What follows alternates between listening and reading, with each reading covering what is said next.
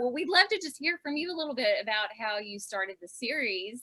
Oh, sure. Clinics and what gave Yeah. you inspiration to start that. Thank you so much. So everyone can hear me, right? I don't want to be. Okay. Okay. Yes. Oh, perfect. Well, first of all, thank you to all of you. I hope the meal was good. What did you guys eat? Well, we're eating in a minute, and we have a great chef who's made us some English pub food. And I have to wait between that and the and all kinds of good things. So everyone's starving, and I'm holding everyone's food up. Yeah. Well, to keep a long story short, then I was really excited when I saw that you guys were reading the September Society, because that was my second book, and as you may or may not know, there are now 14, and so it was really the start. When I started the series, I was, I think, 24. And I was at my grandmother's house in Washington, D.C., and I was working really hard on this novel that I was like, I'm going to write this big, important, fun novel.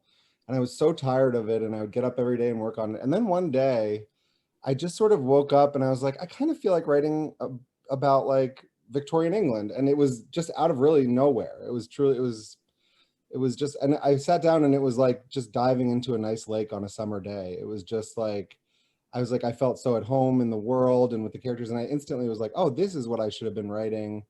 And I think I spent so much time when I was a teenager.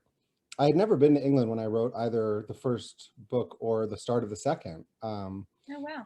But I spent so much of the time as a teenager reading writers like, I read a lot of John Grisham, but also Charles Dickens and Elizabeth Gaskell and all those great sort of like 1850s and 1860s writers. I was the hugest Sherlock Holmes fan. And please let me know if I'm going on too long and the pub food's getting cold. No, we're good. We planned for this, so. Yeah. Good. We're the main course. Yes. I remember I was thinking I was 11 or 12, and I got for my birthday a huge leather-bound copy of all the Sherlock Holmes stories. And I was really disappointed, because I was like, this is obviously pretty pricey. I could have gotten a Nintendo or but then one day, sort of reluctantly, I dipped in, and that was like my first, I read the whole book within a week, and then I just turned back to the first page and I think from then forward until the day I started writing the series, I always lived in England a little bit in my mind some of the time. And so when I came to write the series, I wrote those first two books, and I had no idea what I was doing.